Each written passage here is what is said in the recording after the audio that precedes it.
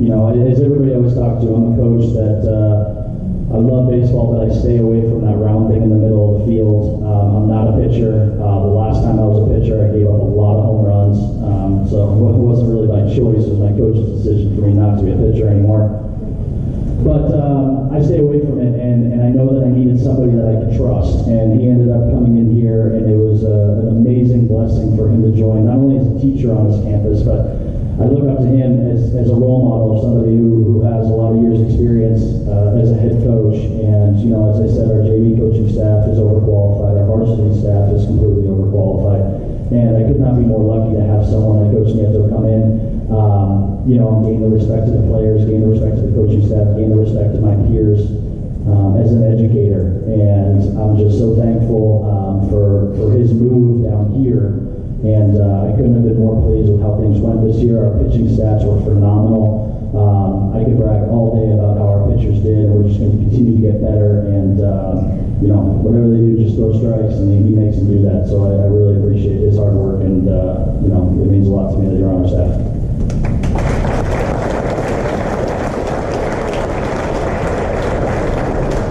All right, so what I like to do is, for me, the banquets, especially the varsity, it's about the seniors.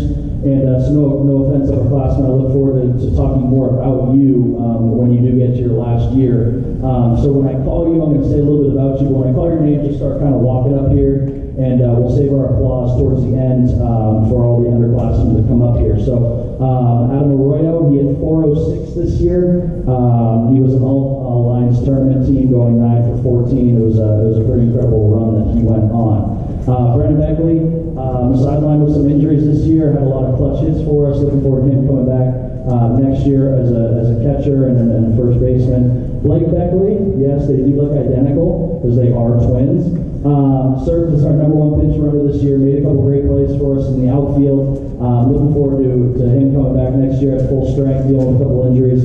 Kevin Fedor stepped up for us huge in the early part of the league. We would not have won league without him stepping up, especially a couple big hits against El Toro when we needed it, and always grinding back there. Jack Haley, some unbelievable plays, especially in the playoffs. You know, basically single-handedly won a game for us at Dana Hills with 2 huge hits, playing shortstop for us all year. Brady Casper closed the game for us in our league clinching game. It ended up being at Mission and also our first playoff game. Also happens to be our everyday right fielder. I know that he didn't necessarily expect to have a big role on the mound this year, but ended up serving as our closer and our bona fide team hair, I guess. Oh, is that all you, Chad? We'll get to you, Chad. Alex Liera, our dugout leader, our hair cutter, just a grinder who we look for big things up coming up next year. Daniel Lee turned into our #2 starter this year, ended up with 24 innings pitched, a 2.62 ERA, only giving up 18 hits and striking out 13 in those innings was incredible for us down the stretch. And Tim Scarlett, big guy, come on up here, bud. Ended up being the guy we turned to, pitched 6 shutout innings against the eventual CIF champs this year, finished the season with 35 innings pitched and a 1.1 ERA. Incredible for us. So we'll talk about you a little later, Tim. But that is our underclassmen right there, so please give it up for them.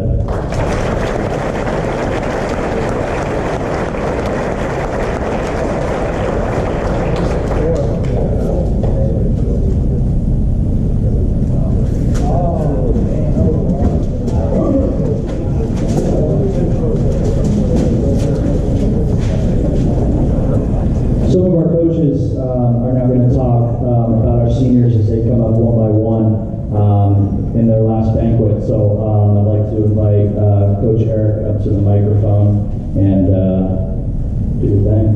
You look good, by the way. I feel very underimpressed. I appreciate that. Don't. I feel like I should introduce myself because this is probably the first time you see me with no hat on. So yes, I am Eric Mullen, and I'm bald. Someone asked, like, who is that coach? It was Catherine, the trainer. I've known her for 3 years, and she had no idea who I was when I was doing that. I'm going to introduce 4 players, 4 seniors. One I've had the pleasure of coaching through Rancho Mission Little League to the Cats. The Cats is before Puma, so it's pre-Puma. In essence, he's pre-pumescence. I've had the pleasure of coaching him at all levels, freshman, JV, and varsity. We've had some great stories. 4.0 GPA. Great clubhouse guy, great dugout guy, and a hell of a teammate, Johnny Bushhouse.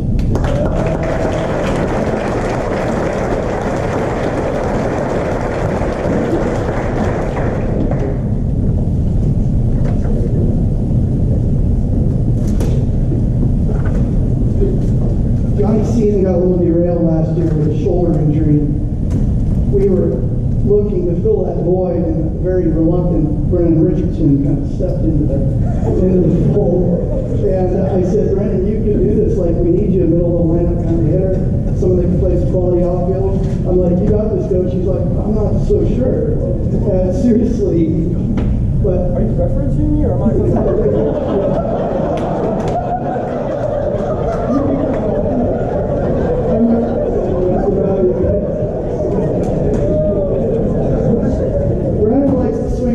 And I thought it was a strategy of his.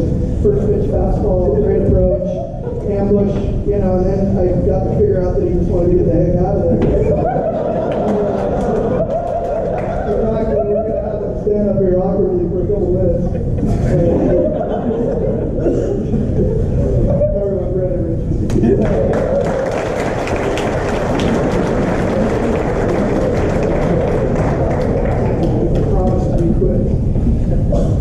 Being a leader isn't always an easy thing. There are different types of leaders. Some are reluctant leaders, some are anointed leaders, and then there are born leaders. And I've had the pleasure over the last 4 years to know a true born leader. And it's been amazing to watch the development on, off the field, unwavering work ethic, competitive spirit, natural athletic ability.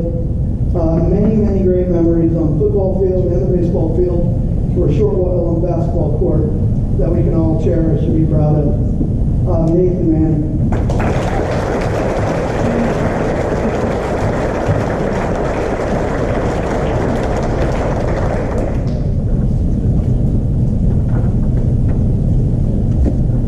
I've enjoyed watching the evolution of this player since Rancho Michigan Little League through the Cats program.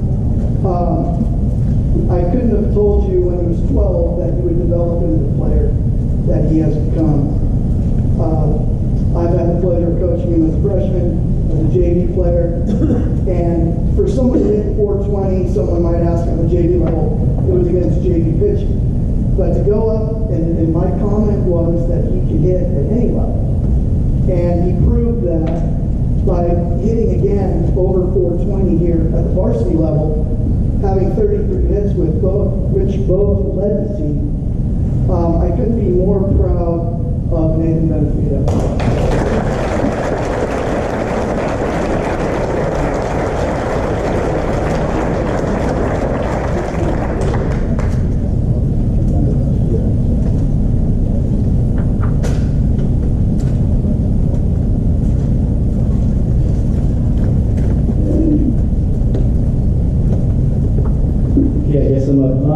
Number one, as being an outsider coming from Whittier after 16 years of coaching, it was just something that was a good move for my family. And I really want to reach out and thank all the parents, because one of the biggest reasons we came down here was this baseball program, and knowing the tradition that Coach Zamora established, not only with the winning, but with the academics and the pride and the tradition. It was very appealing. I was lucky enough to get a teaching job out here, and then even more blessed and lucky that Coach Sorgi allowed me to be part of the staff. So thank you first of all to the parents for all your support. One of the things that we had in the program that before was great parent support, and we see that here with all you guys. So thank you guys, all the parents, players, big parents, round of applause.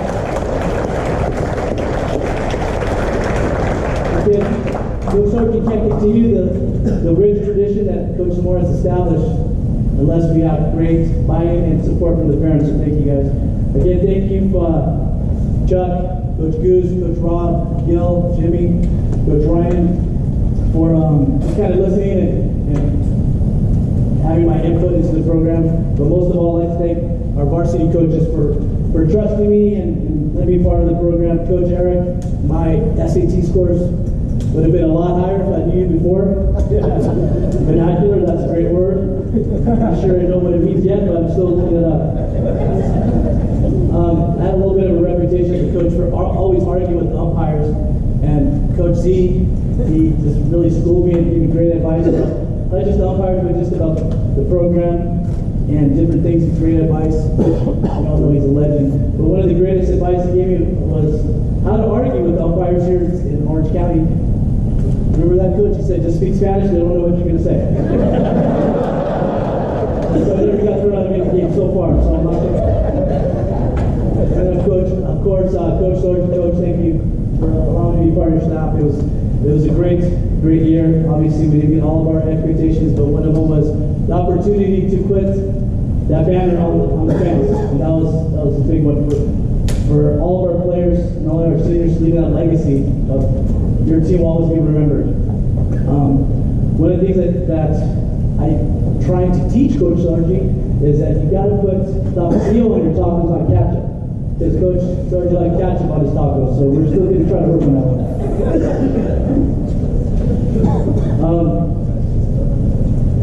Players, varsity players, thank you again. I told a little bit. The last game, unfortunately, was not as great as we wanted it to be, but it was a great battle. Like Coach said, it was told the true story of who our team was. I wish, as me being first year like Coach Sargent, that we could have all the seniors back and coach you guys another year, because just the character that you guys bought into Coach Sargent's program and to the teachings that we had and the pitching staff and all those things. We wish we could have you come back and actually, we can't get you a 5th year. I know some guys a little bit south there get you a birth certificate, but you guys have to change the last name. So if you want to do that, let's talk afterwards. But I had the task of talking about some of our pitchers. At the beginning of the year, some of our better pitchers left, graduating, and helped us win a CF championship last year. So one of the first meetings we had as a varsity staff was we're going to make a commitment to buy into the fundamentals of just throwing strikes and getting people out, because we have great defense, and overall we really did a great job with that. We ended up having an under 2 ERA. So good job, pitchers.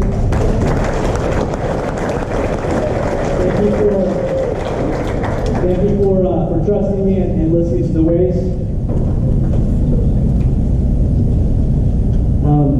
Yeah, absolutely.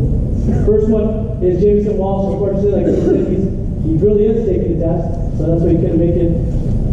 And Jameson got 2 wins for us, 2 big wins early in the season. His commitment to our program has been phenomenal. Him coming and joining us from Chicago, inviting into the program, working hard in the classroom.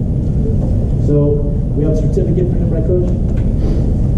The next player had to battle some health issues last year, and I have so much pride and admiration for him because he continued to work hard throughout this fall and dealt with all those health issues and came out there and gave us absolutely great attitude and effort every day in practice and every time he was out there. He actually got a varsity win, which I'm sure he'll always remember, and I believe he's going to go to Saddleback. It's Chase Inman.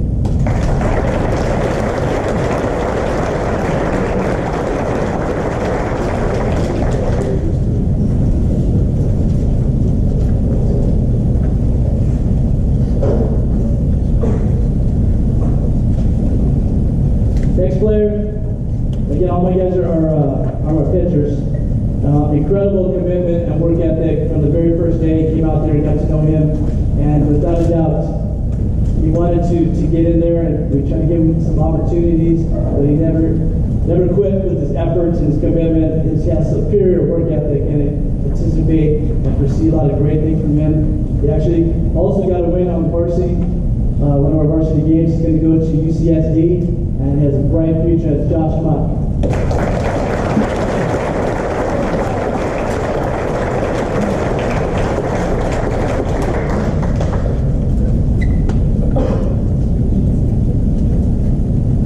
Our next pitcher, he came out there playing looking hair, but he really bought in.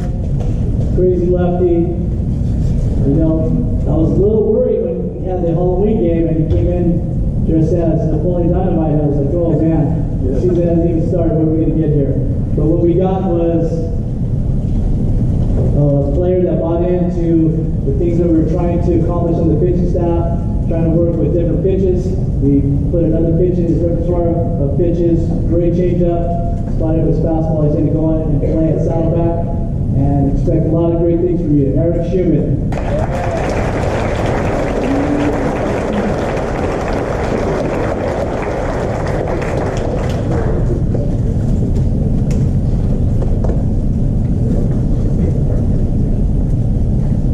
The next player, you see like a diamond in the rough. I know he got a good opportunity at the JV level last year, and Coach told you at the very beginning, he said, hey, we got to find some pitchers that are going to give some innings, and it doesn't matter who they are. We're going to try a whole bunch of different people out there, but we already had this one player that again bought in and showed him how to throw a couple other pitches, but he threw strikes and he frustrated the heck out of the South Coast League. He was, maybe, I'm sure you know, right, Coach? All League, South Coast All League. And he just kept throwing strikes, kept getting ground balls and pop-ups and frustrated the heck out of all those teams. I'm so proud of him. He just brought a lot of consistency, and we just relied on him whenever we put him in it, and he gave us everything he had. And that's Nolan Curtis.